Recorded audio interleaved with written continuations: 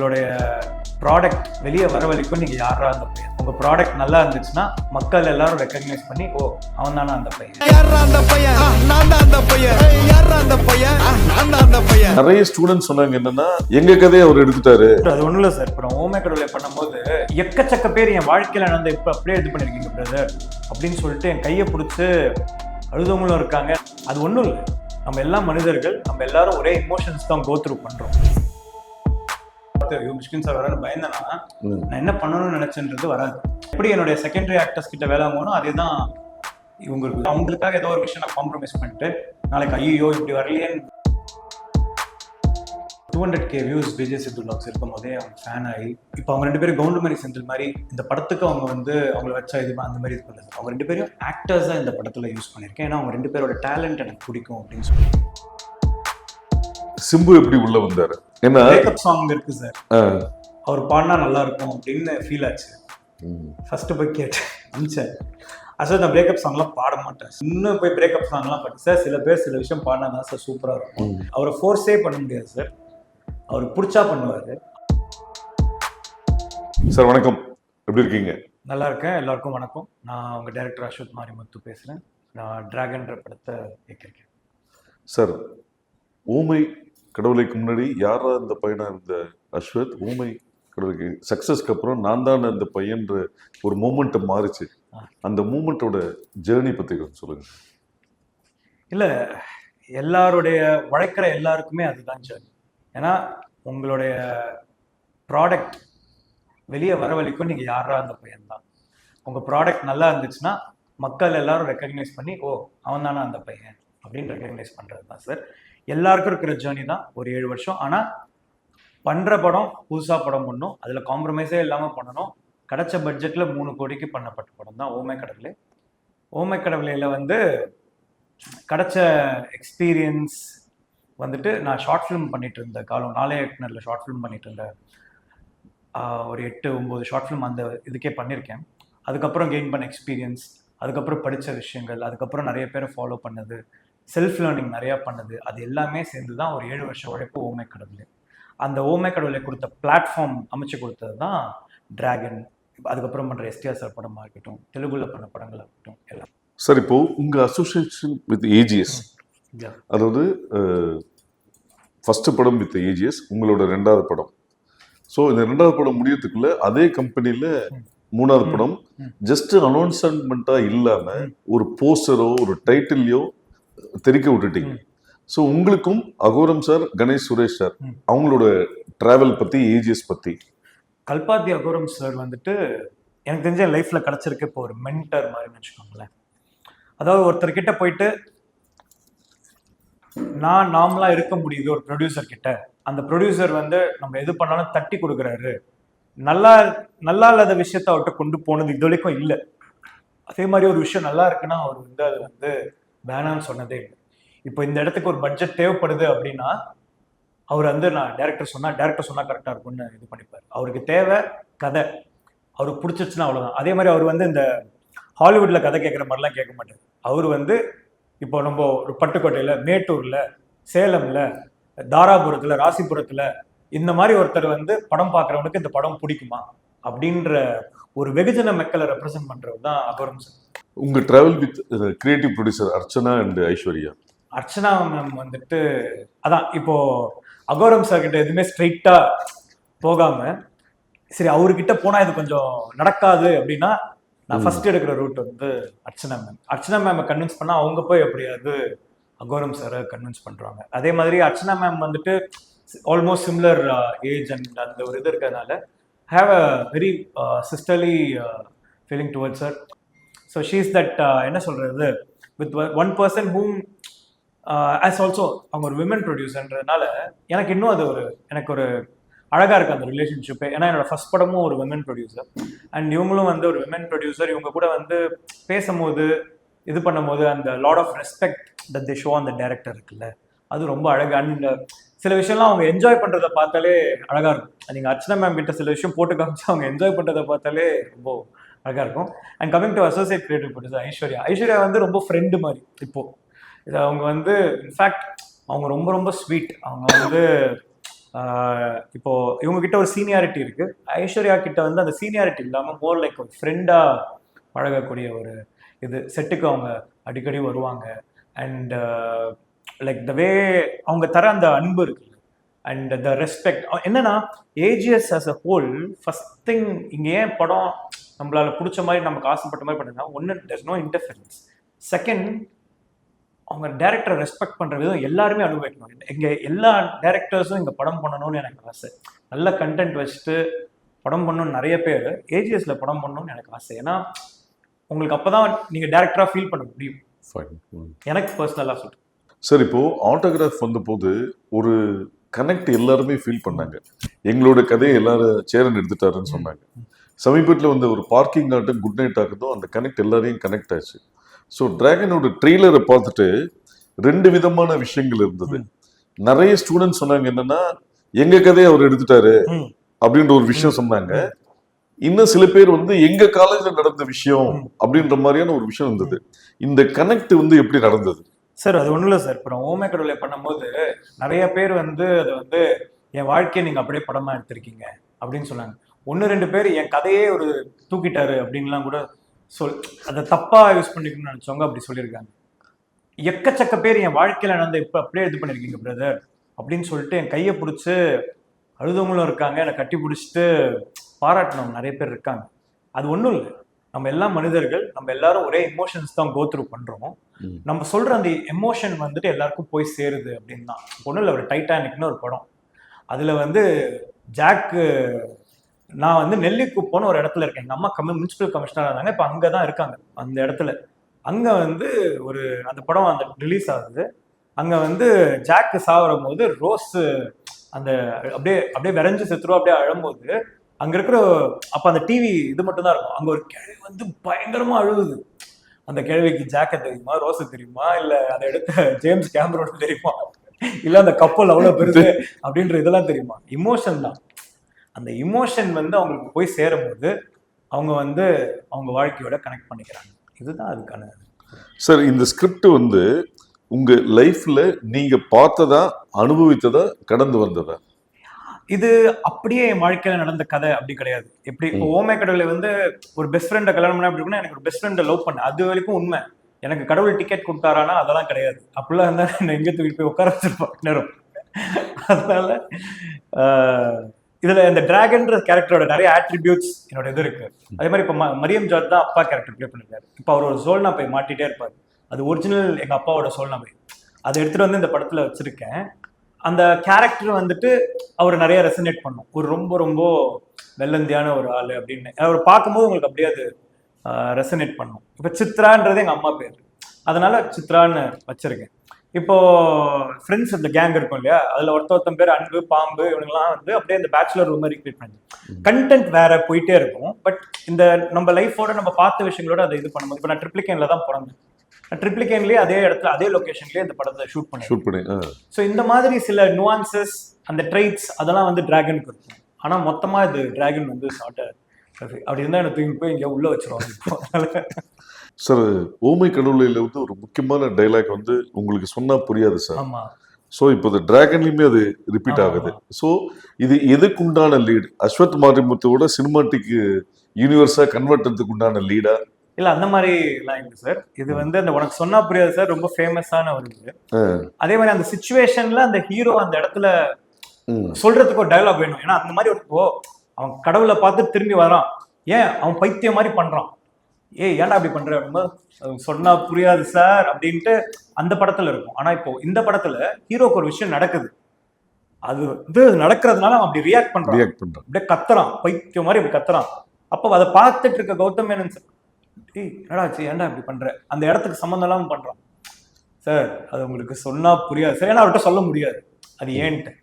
நான் கடவுள்கிட்ட டிக்கெட் வாங்கிட்டு வந்திருக்கேன்றத சொல்ல முடியாதோ அதே மாதிரி இங்க சொல்ல முடியாது அது ஏன்னு. அதனாலதான் உங்களுக்கு சொன்னா புரியாது சார். என் கதைகள் அது வர்றதுனால அந்த டைலாக் வருது. இன்னொன்னு இன்டென்ஷனலா தான் அந்த டைலாக் வச்சேன். இப்போ எப்படி கேர்லி ஹேர் வந்து எனக்கு ரொம்ப பிடிக்குமோ அந்த டைலாக் வந்து எனக்கு ரொம்ப பிடிச்ச வருது. அதோட இந்த படத்துல பண்ணி, ஆனா ட்ரெய்லர் எடிட்ல வச்சது வந்து எடிட்டருடைய வேலை. சார், விஜய், சித்து, அஷ்ரத் இந்த ஃப்ரேம்ல வந்ததுக்கு உண்டான காரணம் என்ன? கதையின் களமா, இல்ல அவங்க சோசியல் மீடியால ரொம்ப பாப்புலர் இருக்கிறதுனால அந்த ஆடியன்ஸை டார்கெட் பண்றதுனால? இல்லை சார், அவங்க 2 பேருமே வந்துட்டு அவங்க ஒரு 200K வியூஸ் விஜய் சித்து vlogs இருக்கும் போதே அவங்க ஃபேன் ஆகி, இன்ஃபேக்ட் நான் கொஞ்சம் டவுனாக இருக்கும்போது அவங்க வீடியோஸ் பார்த்து நான் ரொம்ப ஹாப்பி ஆகி அவங்க 2 பேருக்கும் ரீச் அவுட் பண்ணி எனக்கு நீங்கள் படத்தில் நடிக்கணும்னு சொல்லிட்டேன் சார். அண்ட் இப்போ அவங்க 2 பேரும் கவுண்டமணி செந்தில் மாதிரி இந்த படத்துக்கு அவங்க வந்து அவங்கள வச்சா இது அந்த மாதிரி இது பண்ணல சார். அவங்க 2 பேரையும் ஆக்டர்ஸாக இந்த படத்தில் யூஸ் பண்ணியிருக்கேன். ஏன்னா அவங்க 2 பேரோட டேலண்ட் எனக்கு பிடிக்கும் அப்படின்னு சொல்லிட்டு. அதே மாதிரி விஜய் சித்துலாம் அதே மாதிரி அவங்களும் யூடியூப்லேருந்து வரும்போது ஒரு மைண்ட் செட் வருவாங்க, எக்ஸ்ட்ரா டைலாக் போடலாமா, அதெல்லாம் இல்லை. இங்கே என்ன சொல்கிறோமோ இதுதான் டைலாக் அப்படின்றது அது விஜய் சித்துக்கு வந்த ஃபர்ஸ்ட் நாள் தெரிஞ்சிச்சு. அதனால் அவர் போயிட்டு அர்ஷத் கிட்ட எக்ஸ்ட்ரா டைலாக் போடுறேன் அது இதுலாம் இது பண்ணாத, அந்த ஆள் கொஞ்சம் ஒரு மாதிரி என்ன வேணுமோ அது மட்டும்தான் எடுப்பான் அப்படின்னு சொல்லி அவங்க 2 பேருமே இது சார். அதே மாதிரி அவங்க இதுக்கப்புறம் வேற எந்த படம் பெருசாக நடிக்கல சார். அதுலேயே உங்களுக்கு தெரிஞ்சிருக்கும் அவங்க இன்டென்ஷன் வந்து இந்த ஆள் நம்ம இதுக்கெல்லாம் முன்னாடி நம்மளை பிடிச்சி வந்தால் அவனுக்கு நம்ம இந்த படம் பண்ணணும் அப்படின்னு சொல்லிட்டு தான் விஜய் சித்து மெயினா நம்ம படத்தில் நடிச்சாங்க சார். Fine sir. அப்புறம் இந்த ஒரு லவ் ஃபெயிலியர் ஆனோடனே ஸ்னேகா கேரக்டர் சொல்லுது நீங்க போதையே உன் லைஃப் ஸ்னேகா கேரக்டர் சொல்லுங்க இதுல வந்து லைஃப் கெடுத்துக்காத உனக்குன்னு ஒரு லைஃப் இருக்குன்ற போது ஸோ லவ் ஃபெயிலியர்னாலே அது போதைக்கு தான் போவான்ற மாதிரியான ஒரு விஷயம் இருக்கா? அப்படி இல்லை சார். ஃபெயிலியர்ன்றது நம்ம லைஃப்ல ஹீரோக்கு அந்த இடத்துல ஒரு விஷயம் நடக்கும், உங்களை நீங்களே அழிச்சுக்காம லைஃப்ல சக்சஸ்ஃபுல்லாக வழியை பாருங்க அப்படின்ட்டு நம்ம டவுன்ல இருக்கும்போது வேற யாரோ ஒருத்தங்க நம்ம லைஃப்ல சொல்லியிருப்பாங்க, உங்களுக்கு சொல்லியிருப்பாங்க, பார்க்குற ஆடியன்ஸ்க்கு சொல்லியிருப்பாங்க, ஏன்னா உன்னே நீயே அடிச்சுக்கிற நம்ம அப்பா அம்மா சொல்லியிருப்பாங்க. இந்த படத்துல ஒரு டாக்டர் கேரக்டர் வந்து அவனுக்கு சொல்லுது. அதுதான் அதை வந்து ஸ்னேகா மேம் மாதிரி ஒருத்தங்க சொல்லும் போது ஏன் அது அழகா இருக்கும்னா, ஏன் அவங்களை போட்டு நான் அந்த கேரக்டருக்கு கெஸ்ட் அப்பியரன்ஸா ஒரு விமன் ரொம்ப அழகானவங்க, அவங்களும் லைஃப்ல லவ் இதெல்லாம் பார்த்துட்டு வந்திருப்பாங்க. அவங்க எக்ஸ்பீரியன்ஸை வச்சு தம்பி இதெல்லாம் நாங்களும் பார்த்துருக்கோம், ஆனா எக்ஸ்பீரியன்ஸ்ல ஒன்று சொல்றேன் கேளு, கன்வின்சிங்கா இருக்கும். அதை ஸ்னேகா மேம் மாதிரி ஒருத்தங்க பண்ணும்போது ரொம்ப கன்வின்சிங்கா இருக்கும் அப்படின்றதுனால தான் அது லைக் அவங்க எக்ஸ்பீரியன்ஸ் பேசணுன்றது தான் அந்த கேரக்டர். உங்களுக்கு ஒரு already prove as a big director, அவங்கள ஆக்டரா நீங்களோட 2வது படத்துல அவங்கள ஹேண்டில் பண்றது எவ்வளவு இன்ட்ரெஸ்டிங்கா இருந்தது, எவ்வளோ கஷ்டமா இருந்தது? உதாரணத்துக்கு கேஎஸ் ரவிக்குமார், கௌதம் மேனன், மிஷ்கின். இல்ல சார், இது நம்மளோட வேலை சார். அவங்க நடிக்க வராங்க, நம்ம அவங்கள டைரக்ட் பண்றோம். நம்ம அவங்கள பார்த்து ஒரு செகண்ட் கூட மிஷ்கின் சாரை வந்து பார்த்து மிஷ்கின் சார் வரேன்னு பயந்தனா நான் என்ன பண்ணணும்னு நினைச்சேன்றது வராது. மரியாதை, பயம் எல்லாமே இதுக்கு வெளியே. நம்ம ஃப்ரேம்குள்ள வந்ததுக்கு அப்புறம் அவங்க ஆக்டர்ஸ். ஒரு ஆக்டர் நான் எப்படி பிரதீப் வேலை வாங்கணும் அதே தான் அவங்களுக்கும், நான் எப்படி என்னுடைய செகண்டரி ஆக்டர்ஸ் கிட்ட வேலை வாங்கணும் அதே தான் இவங்களுக்கு. யோகம் எல்லாருக்குமே ஒரே ட்ரீட்மெண்ட் தான் சார். ரொம்பவே. ஏன்னா இன்னைக்கு நான் வாங்கிட்டு நாளைக்கு போயிட்டு அவங்களுக்காக ஏதோ ஒரு விஷயம் நான் காம்ப்ரமைஸ் பண்ணிட்டு நாளைக்கு ஐயோ இப்படி வரலையேன்னு இது பண்றதை விட என்ன வேணுமோ அதை வாங்கிட்டு ஹாப்பியா போறது பெட்டர் சார். இன்னைக்கு இருக்கிற ஃபர்ஸ்ட் கலாச்சார தமிழ்நாட்டில் ரொம்ப முக்கியமான எஃப்டிஎஃப்எஸ் ஒரு முக்கியமான விஷயமா ஒரு பங்கு இருக்கு. அது ஒரு கிரியேட்டரா நீங்க எப்படி பாக்குறீங்க? சூப்பரான விஷயம் தாங்க சார். அப்போ ஒரு டீமா நம்ம எவ்வளவு ஒர்க் பண்றோம் இந்த ஃபர்ஸ்ட் டே ஃபர்ஸ்ட் ஷோ இது பண்றதுக்கு, எவ்வளவு நம்ம கண்டென்ட்ஸ் எவ்வளவு மக்கள்கிட்ட போய் சேருது அப்படின்றதுலாம் இது. எல்லா படத்துக்கும் ஃபர்ஸ்ட் டே ஃபர்ஸ்ட் ஷோ வரணும்னு அவசியம் இல்லை. சில படங்கள் ஃபர்ஸ்ட் டே ஃபர்ஸ்ட் ஷோ வந்து நல்லா இருக்குன்றதுக்கு அப்புறம் பிக்கப் ஆகி போற படங்கள் நிறைய இருக்கு. இப்போ என் ஃப்ரெண்டோட படம் போர்த்தவர்களா இருக்கட்டும், லவ் டுடேவா இருக்கட்டும். லவ் டுடே அட்லீஸ்ட் ட்ரெய்லர்லேயே எக்ஸ்பெக்டேஷன் கிரியேட் பண்ணிடுச்சு. So first day first show is like a measure to say நீங்க எவ்வளவு மார்க்கெட்டிங் பண்ணிருக்கீங்க உங்க படத்தை, நீங்க எவ்வளவு ட்ரெய்லர் உங்களுக்கு எவ்வளவு நல்லா இருக்கு படத்துல, உங்களோட அதுக்கு முன்னாடி படத்துக்கு முன்னாடி வர சாங்ஸ் எவ்வளவு ரீச் ஆயிருக்கு, மக்களோட நீங்க படத்துக்கு முன்னாடி எவ்வளவு போய் சேர்ந்திருக்கீங்க அப்படின்றது ஃபர்ஸ்ட் டே ஃபர்ஸ்ட் ஷோ. அது என்னன்னா ஸ்டார் பவர். அதுல ஒண்ணு இப்போ ஒரு பெரிய star first day first show ஏன் அவ்வளோ ஓப்பனிங் இருக்குன்னா அது அவங்களோட பாடி ஆஃப் ஒர்க் அவ்வளோ 20 வருஷம் 30 வருஷத்துக்கு இருக்கு. அதனால அந்த ஃபர்ஸ்ட் டே ஃபர்ஸ்ட் ஷோ அவங்களுக்கான ரசிகர்கள் கூட்டம் வந்து திரளு, எக்ஸ்ட்ரா காசு கொடுத்து போய் பார்க்கணும். கரெக்டா? அதுதான் சார். அது வந்து அவங்களுடைய அது வந்து அவங்க பண்ண முதல் படத்துலேருந்து அவங்க உழைச்சதுக்கான ரிஃப்ளெக்ஷன் தான் first day first show. Simbu எப்படி உள்ள வந்தாரு பாடல் இந்த படத்துல பாடுறதுக்கு? பாட்டு. ஆமா சார். அவர்கிட்ட என்ன பிரேக்கப் சாங் இருக்கு சார், அவர் பாடினா நல்லா இருக்கும் அப்படின்னு ஃபீல் ஆச்சு. ஃபர்ஸ்ட் போய் கேட்டேன் அமிச்சேன். அசோத் நான் பிரேக்கப் சாங்லாம் பாட மாட்டேன் அசோத், எனக்கு ஃபேன்ஸ் எல்லாம் இதாக இன்னும் போய் பிரேக்கப் சாங்லாம் பாட்டு சார் சில பேர் சில விஷயம் பாடினா தான் சார் சூப்பராக இருக்கும், நீங்கள் பாடுங்க சார்ன்னு. இல்லை சார் ஒரு சரி பாட்டு கேளுங்க சார், பிடிக்கலன்னா பாடாதீங்க. அவரை ஃபோர்ஸே பண்ண முடியாது சார், அவருக்கு பிடிச்சா பண்ணுவார். அவருக்கு அந்த பாட்டு ரொம்ப பிடிச்சிருந்தது, அது all credits to Leon James பாடிட்டார். ஏன்னா லவ்வுக்கும் அவரையும் பிரிக்க முடியாது, ஏன்னா அவர் மன்மதன்னு சொல்லணும், இது பிரேக்கப் சாங் வேற. அடுத்து நீங்க ஃபர்ஸ்ட் லுக் போஸ்ட் விட்டது God of Love லவ்னு காட் ஆஃப் லவ் வச்சிருக்கீங்க. அதனால பிரேக்கப் சாங்க்கு ஆப்டா இருப்பார்னு நினைச்சீங்களா? சார் நான் அதை ஃபீல் பண்றது சார், மக்கள் அது இது சார். இப்போ நான் அவரை வச்சு பாட வைக்கலன்னா, இந்த சாங்கை நீங்க சிம்பு வச்சு பாடியிருந்தா எப்படி இருந்திருக்கும் தெரியுமா, உங்க கூட தானே அடுத்த படம் பண்றாரு, கேட்டிருக்கலாம்லன்னு என்னையே சொல்லுவாங்க. அவ்வளவுதான்.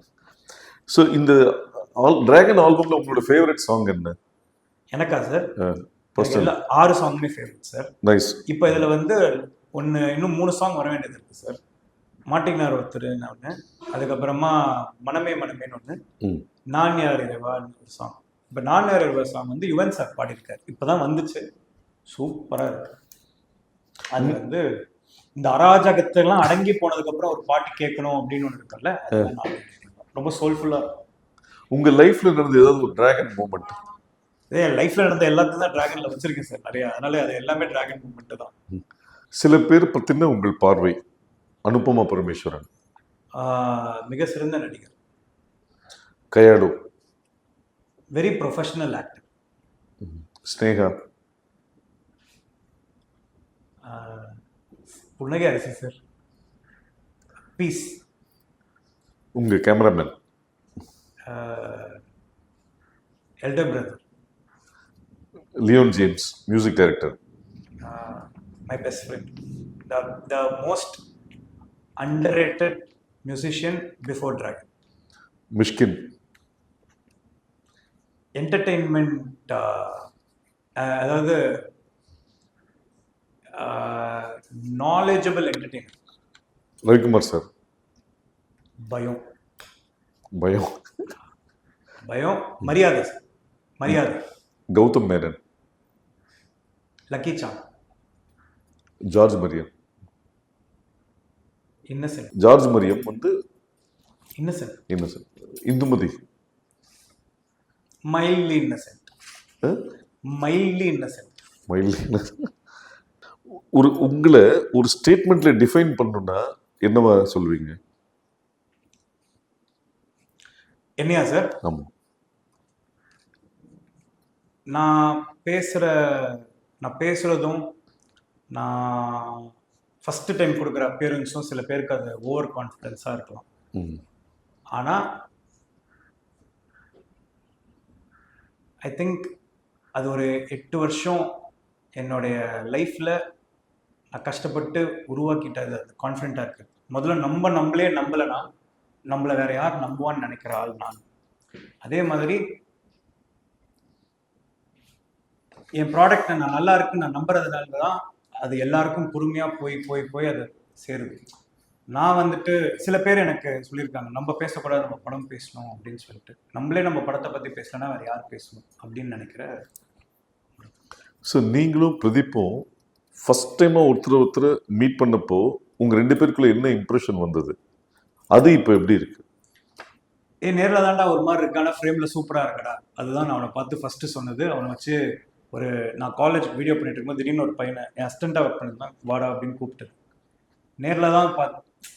நேரில் தான்டா ஒரு மாதிரி இருக்கு, ஆனால் ஃப்ரேமில் சூப்பராக இருக்கடா. அதுதான் அனௌன்ஸ்மெண்ட் வீடியோ பண்ணியிருந்தோம். ஆமாம். இப்போ நீ நேர்லையும் சூப்பராக இருக்க, ஃப்ரேம்லையும் சூப்பராக இருக்குடா. இதுதான் விஜய் சித்து. விஜய் சித்து வந்து எனக்கு இப்போ புதுசாக கிடைச்சிருக்க ஒரு மிக முக்கியமான நண்பர். என்ன மாதிரியே இருக்கான்ற மாதிரி எனக்கு ஃபீல் ஆகுது. அவரும் இந்த மாதிரி தான் ஏதாவது ஓப்பனாக பேசுகிற ஒரு ஆளுன்ற மாதிரி இருக்கு. ஹர்ஷத் தம்பி. ஸ்டூடெண்ட்ஸோ ஃபேமிலியோ ஜென்ரல் ஆடியன்ஸோ டிராகனை ஏன் பார்க்கணும்? டிராகன் ஏன் பார்க்கணும் அப்படின்னா, எல்லாருமே லைஃப்பில் சக்ஸஸ்ஃபுல்லாக ஃபீல் பண்ணுறோமானா இல்லை சார். நம்மளுக்கு மேலே ஒருத்தர் இருக்கான், காசு தான் நம்ம சக்ஸஸே டிஃபைன் பண்ணுது சார். பைக்கில் போகிறவனுக்கு கார் வாங்கணும்னு ஆசை, காரில் போகிறவனுக்கு இது போகணும்னு ஆசை, பிராண்டு அதுக்கு மேலே ஃப்ளைட் போனால் ஃப்ளைட்டில் போகிறவனுக்கு மார்ஸுக்கு போய் இருக்கணும் ஆசை. ஏன்னா அவனுக்கு மேலே ஒருத்தர் இருந்துக்கிட்டே இருக்கும். அப்போ ஒரு 1000 ரூபாய் 10,000 ரூபாய் சம்பாதிக்கிறவன் சக்ஸஸ்ஃபுல் இல்லையான்ற ஒரு கேள்வி வருது. ஏன் அவங்களாம் சக்ஸஸ்ஃபுல்லாக ஃபீல் பண்ணக்கூடாதா? அதாவது நான் சொல்கிறது மெஜாரிட்டி, ஒரு 99% ஆஃப் த இந்தியன் பாப்புலேஷன் அவங்க சக்ஸஸ்ஃபுல் இல்லையான்ற ஃபீல் வருது.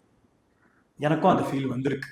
நமக்கு கம்பேரிசன்லேயே நம்ம வாழ்க்கை ஓடிட்டு இருக்கே, காசுன்ற விஷயத்தை வச்சே சக்ஸஸை மெஷர் பண்ணுறேன். ஸோ என் புரிதலுக்கு ஏற்ற மாதிரி நான் சக்ஸஸை எப்படி டிஃபைன் பண்ணுறேன் அப்படின்னா,